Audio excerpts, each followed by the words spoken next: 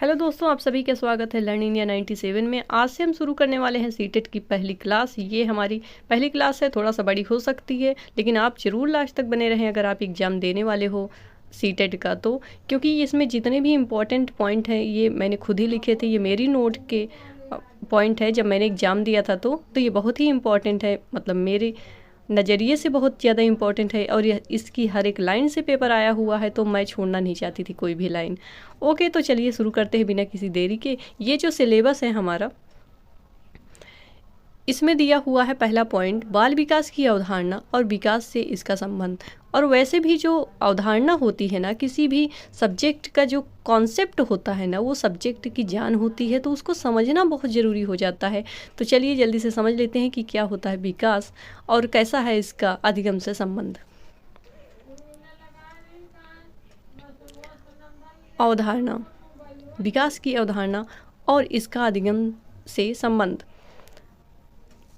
विकास जीवन पर्यंत चलने वाली एक निरंतर प्रक्रिया है जो कभी रुकती नहीं है और जीवन पर्यंत, यहाँ तक कि ये गर्भाधान से लेकर मृत्यु पर्यंत, यानी जब तक आपकी मौत नहीं होती है ना, तब तक ये विकास आपका होता ही रहता है। विकास की प्रक्रिया में बालक का शारीरिक, क्रियात्मक, ये जो क्रियात्मक है ना, मोटर डेवलपमेंट, ये शारीरिक का ही भाग है, लेकिन इसको ना अलग से दे देता है कभी कभी अलग से क्वेश्चन, इसलिए मैंने यहाँ पर लिखा भी है अलग से। थोड़ा सा बारीक अंतर है दोनों में। संज्ञानात्मक यानी कॉग्निटिव, भाषाई संवेगात्मक यानी इमोशनल, सामाजिक यानी सोशल डेवलपमेंट का विकास होता है। यानी विकास के इतने पहलू हैं, अपने मतलब सुविधा के लिए इतने भागों में बांटा गया है विकास को। नोट में है यहाँ कि बालक के में आयु के साथ जो गुणात्मक और परिमाणात्मक रूप से जो कुछ परिवर्तन होता है, जो चेंज होते हैं ना आपकी एज में, जैसे जैसे आपकी एज होती है, जैसे एक बालक है, सबसे पहले जब वो शुरू में है रोता है तो उस रोने में भी अंतर होता है ना, बाद में रोता है। अभी हम लोग रोते हैं तो आवाज़ ही नहीं निकलती, बस आंसू टपक रहे होते हैं। तो ये परिवर्तन हो रहा है ना, पर सभी तरह का परिवर्तन नहीं, मतलब एक क्रमबद्ध रूप से जो सुसंगत परिवर्तन होता है, मतलब एक प्रगतिशील परिवर्तन होता है जिसमें आपको सुविधा हो, है ना, जिससे आपका विकास हो, उस परिवर्तन की श्रृंखला को कहते हैं विकास। यहाँ पर लिखा गया है, ये लाइन कई बार आ जाती है। इसकी मतलब डिफिनेशन है कि बालक में क्रमबद्ध रूप से होने वाले सुसंगत परिवर्तन की क्रमिक श्रृंखला को क्या कहते हैं, विकास कहते हैं। ठीक है, इस लाइन को आप याद रखेंगे तो वैसे भी सारी जो कन्फ्यूजन है दूर हो जाती है इतनी सी लाइन में। इसके आगे देखते हैं क्या है। इसके आगे है अरस्तु के अनुसार। अरस्तु के शब्दों में अरस्तु जी ने कहा था कि विकास आंतरिक और बाह्य कारणों से व्यक्ति में एक परिवर्तन है। मतलब जो आंतरिक परिवर्तन होते हैं वो, और बाह्य जो परिवर्तन होते हैं ये, मतलब जो विकास है ना, ये एक तरह से परिवर्तन ही है, लेकिन वो परिवर्तन प्रगतिशील होना चाहिए और क्रमिक होना चाहिए, एक सीक्वेंस में होना चाहिए, बस इतनी सी बात है।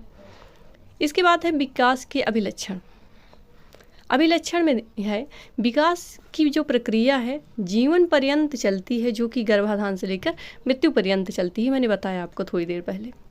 दूसरा है विकास सामान्य से विशिष्ट की ओर। ये हमेशा आता भी है एग्जाम में, समान से विशिष्ट और सरल से जटिल और एकीकृत से क्रियात्मक स्तरों की ओर बढ़ने के साथ प्रायः एक ही क्रम का अनुसरण करते हैं। एक ही क्रम का मतलब कि जैसे अब कोई भी बालक है तो वो पहले बैठेगा, अब घुटनों के बल चलेगा ही, ये इस क्रम का पालन तो सभी करते हैं ना। पहले बैठना आया, फिर घुटनों के बल चलना आया, फिर धीरे धीरे वो पकड़ के खड़े हो जाते हैं, धीरे धीरे एक एक कदम लड़खड़ाते हुए आगे बढ़ाते हैं और फिर धीरे धीरे चलने लगते हैं। मतलब ये क्रम फॉलो तो सभी करते हैं ना, तो एक क्रम का अनुसरण सभी करते हैं। और विकास क्या होता है, बहुत ही लचीला होता है। मतलब किसी अवस्था में हो सकता है कि विकास की जो गति है ना वो बहुत धीमी हो। कुछ लोगों में आपने जैसे देखा होगा कि कभी बचपन में ना उनमें कुछ बढ़ते ही नहीं, तो ऐसा लगता है कि क्या ही बढ़ेंगे, तो 2-3 साल बाद ऐसा लगता है अचानक से इतने बड़े कैसे हो गए। तो ये लचीला होता है, इसकी जो मात्रा है ना वो घटती बढ़ती रहती है अपने हिसाब से। इसके बाद है विकास, हाँ, विकासात्मक परिवर्तन जो होते हैं वो मात्रात्मक और गुणात्मक दोनों रूप में होते हैं। मात्रात्मक यानी जिनको आप नंबरिंग, है ना, नंबरिंग कर सकते हो, आप मात्रा में बता सकते हो, नाप तोल कर सकते हो, वही मात्रात्मक होता है। आयु के साथ कद आप बता दोगे कितना है, वजन आप बता सकते हो ना नंबर में। और गुणात्मक यानी गुणों में विकास, जैसे नैतिक मूल्यों को, अब इसको आप माप के कैसे बता सकते हो कितने किलो मूल्यों का विकास हुआ, है ना। तो ये मात्रात्मक और गुणात्मक दोनों रूप में परिवर्तन होता है विकासात्मक परिवर्तन। पांचवा है विकास ऐतिहासिक, परिवेशी और सामाजिक सांस्कृतिक घटकों से भी प्रभावित होता है, कि जैसे आप समाज में जैसे परिवेश में रहते हो ना, आपके आसपास कैसी संस्कृति है उसका प्रभाव भी पड़ता है, बिल्कुल पड़ता है। विकास की जो दर है अथवा गति है वो व्यक्तिगत अंतर होता है, ये बहुत इम्पोर्टेंट है, आपको पता होना चाहिए कि सभी बच्चा, मतलब सभी के सीखने का तरीका, अभी जैसे मैंने यहाँ पर जो लाइनें लिखी हैं ना, ये मेरे हिसाब से इम्पोर्टेंट है, हो सकता है आपके लिए कुछ और इम्पोर्टेंट हो, आपको किसी और तरीके से सीख रहे हो, आप कहीं और से सीख रहे हैं, तो इसमें क्या मेरी गलती, क्या आपकी गलती नहीं, ये अंतर है ना, सीखने में अंतर है। तो इसी तरह विकास की दर में, गति में व्यक्तिगत अंतर होता ही है। जैसे कि कोई एक बच्चा है, एग्जाम्पल में अब देख लीजिए, एक औसत बच्चा 3 शब्दों के वाक्य को 3 वर्ष की आयु में बोलना शुरू कर देता है, लेकिन कुछ बच्चे ऐसे भी होते हैं जो 2 वर्ष में ही शुरू कर देते हैं, या फिर कुछ बच्चे ऐसे हो सकते हैं जो और लेट कर सकते हैं, है ना। तो सब में मतलब अपना अपना व्यक्तिगत अंतर है, हर बालक विशिष्ट होता है, आप सबको पता ही है। आपने DLED किया है, BTC किया है, B.Ed किया है, तो आपने वहाँ पढ़ा ही होगा कि हर बच्चा विशेष है। विकास के आयाम, ये अपनी सहूलियत के लिए कुछ विकास के भाग यहाँ पर लिखे हुए हैं, बहुत सारे भाग हैं, आप सबको पता भी है। सबसे पहले है शारीरिक विकास। शारीरिक विकास में, शारीरिक विकास बाह्य और आंतरिक परिवर्तन होते हैं, लेकिन हम आंतरिक परिवर्तन जो शरीर के अंदर होता है उनको हम देख नहीं पाते, लेकिन जो बाहर होते हैं ना, जैसे कि कितने लंबाई हो गई, कि जब चलने लगे हैं, कैसे अपने कार्यों को संपन्न कर पाते हैं, वो सब हम देख सकते हैं। प्रारंभ में बालक हर प्रकार के कार्यों के लिए दूसरों पर निर्भर होता है, किसी भी कार्य के लिए, खाने पीने के लिए दूसरों पर निर्भर होता है। धीरे धीरे विकास की प्रक्रिया के फलस्वरूप वह अपने कार्यों को करने में सक्षम हो जाता है, ये शारीरिक विकास के कारण होता है। बालकों की वृद्धि और विकास की जानकारी रखना हर शिक्षक के लिए अनिवार्य है। ये इम्पोर्टेंट है कि आपके लिए अनिवार्य क्यों है, हम क्यों पढ़ रहे हैं, ये तो ये समझना भी ज़रूरी है कि अनिवार्य क्यों है। क्योंकि बच्चों की इच्छाएं, रुचियां, दृष्टिकोण यानी एक तरह से संपूर्ण व्यवहार शारीरिक वृद्धि विकास पर ही निर्भर है। मतलब जो छोटा सा बालक है ना, वो अपनी कोई भी, आप उनकी इच्छाएं, रुचियां कैसे जान सकते हैं, जब वो कोई शारीरिक गतिविधि करेगा तभी। इससे मतलब इतना ज़्यादा तो इमोशनल डेवलपमेंट उसका हुआ नहीं कि इशारे कर दे या कुछ भी कर दे। तो ये शारीरिक जो विकास है बहुत महत्वपूर्ण है, और इसका ज्ञान होना, इसको समझना एक अध्यापक के लिए बहुत ही ज़रूरी है। इसके बाद है मानसिक विकास, यानी संज्ञानात्मक विकास भी इसको कभी कभी कह देते हैं, इसमें भी थोड़ा सा अंतर है। ये मानसिक विकास है, इसका तात्पर्य है कि बालक की उन मानसिक योग्यता और क्षमता से तात्पर्य है, एक सेकंड,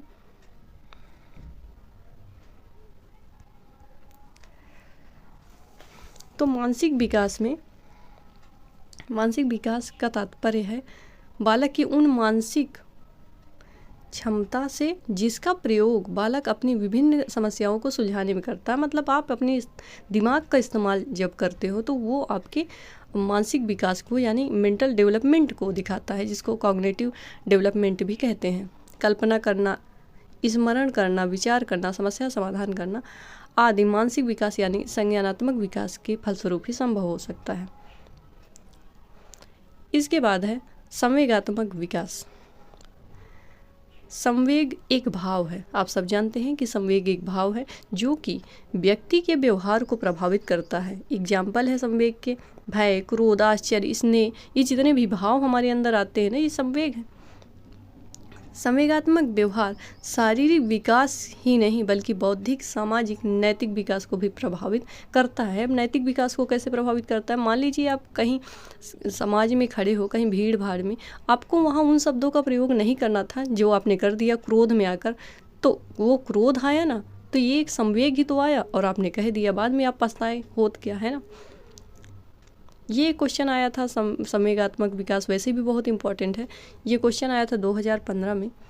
कोई भी नाराज हो सकता है, यह आसान है, परंतु एक ही व्यक्ति के ऊपर सही मात्रा में, सही समय पर, सही उद्देश्य के लिए तथा सही तरीके से नाराज होना आसान नहीं। यह किससे संबंधित है? तो ये संवेगात्मक विकास से संबंधित है।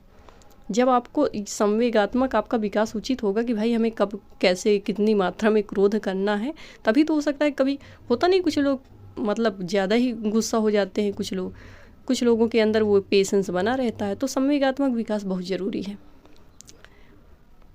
ये प्रभावित करता है सामाजिक विकास को भी, बौद्धिक विकास को भी, क्योंकि आप क्रोध में फिर बौद्धिक विकास भी काम कहाँ करता है।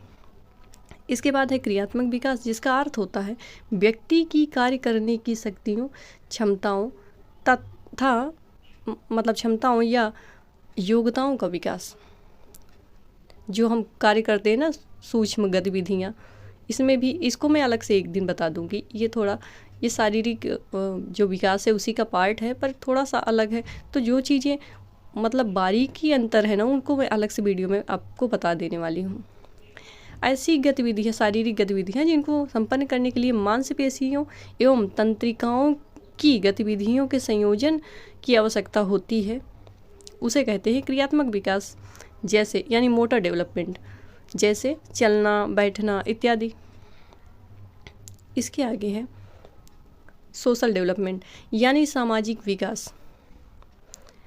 अच्छा, उससे पहले भाषाई विकास है। आप सबको पता ही है, भाषा का उचित विकास होना, अपने विचारों का आदान प्रदान करना आना, मतलब एक बोलने का तरीका अच्छा होना चाहिए। आपको किस समय कैसे बोलना है, अपने विचारों को मतलब उचित तरीके से अभिव्यक्त कर पाना, ये भाषाई विकास के अंतर्गत आता है। सामाजिक विकास, सामाजिक विकास इसका शाब्दिक अर्थ होता है समाज में रहकर विभिन्न पहलुओं को सीखना। आप समाज में रहते हैं, उसके विभिन्न पहलुओं को सीख ही तो रहे हैं। जैसे शादी करना, आप मतलब शादी में जो रस्में होती हैं, ये समाज में बनाई गई ही तो रस्में हैं और सब इसका पालन करते हैं। आप जिस समाज में रहते हैं, जिस तरीके से जो शादी का प्रोसेस होता है, तो आप उसी तरीके से करते हैं ना। तो ये समाज में रहकर उसके पहलुओं को सीख ही तो रहे हैं हम। बालक की प्रथम पाठशाला कहा जाता है परिवार को, और समाज की सबसे छोटी इकाई भी होती है परिवार। अर्थात सामाजिक विकास की शुरुआत परिवार से होती है और स्कूल जाते जाते ये दायरा बड़ा हो जाता है, क्योंकि वहाँ बहुत सारे बच्चे मिलते हैं, तो सामाजिक दायरा तो बढ़ेगा ही। इसके बाद है कि सामाजिक विकास से बालक में क्या क्या चेंज आते हैं। तो सामाजिक विकास से बालक में सांस्कृतिक, धार्मिक, सामुदायिक भावनाओं का जन्म लेता है कि हमारी ये संस्कृति है, हमारा ये धर्म है, मतलब ये सब वो जानते हैं ना, उनकी भावनाओं में अंदर आ जाता है। इसके बाद है बालक समाज के माध्यम से ही अपने आदर्श व्यक्ति चुनता है और उनसे कुछ बनने की प्रेरणा लेता है। जिस समाज में रहता है, अब समाज के माध्यम से ही तो जानकारी मिलती है, अपने आदर्श चुनता है।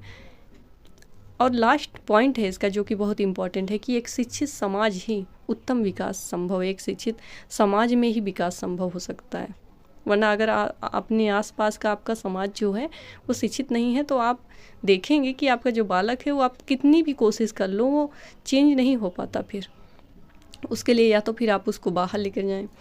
इसके बाद है नैतिक विकास। नैतिक विकास में मतलब मनुष्यों में नैतिक गुणों को ग्रहण करने की जो प्रक्रिया होती है ना, उसको नैतिक विकास कहते हैं। नैतिक विकास यानी मोरल डेवलपमेंट। ओके, तो मैं मिलती हूँ अगले वीडियो में। अगले वीडियो में हम समझने वाले हैं वृद्धि और विकास में अंतर को। इससे ये जो विकास का कॉन्सेप्ट है और ज़्यादा क्लियर हो जाता है जब हम वृद्धि और विकास के अंतर को पढ़ते हैं। तो आप ज़रूर बने रहिए लर्न इंडिया के साथ। जय हिंद।